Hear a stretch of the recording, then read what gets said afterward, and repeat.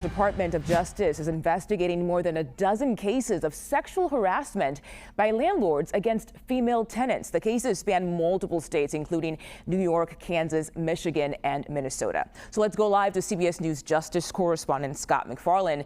Scott, thank you for joining us today. What more can you tell us about this case?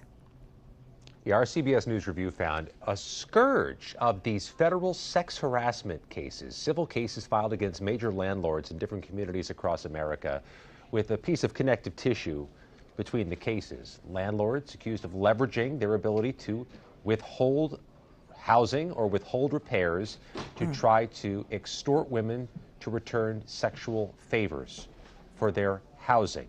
This is criminal behavior. In some cases, it's also a civil violation of the Federal Housing Act, which prohibits harassment of tenants in housing across America. And what our case review found was that the Department of Justice's Civil Rights Division is trying to exact civil penalties against some of these alleged sexually harassing landlords and damages for the victims, a real sensitive issue here because these are, in many cases, low-income families who are being threatened with their housing with no alternative as they're being sexually harassed or commandeered by the landlords. Wow, it's just so sad to hear those details there. Scott, how have recent cuts to the federal government affected these investigations, if at all?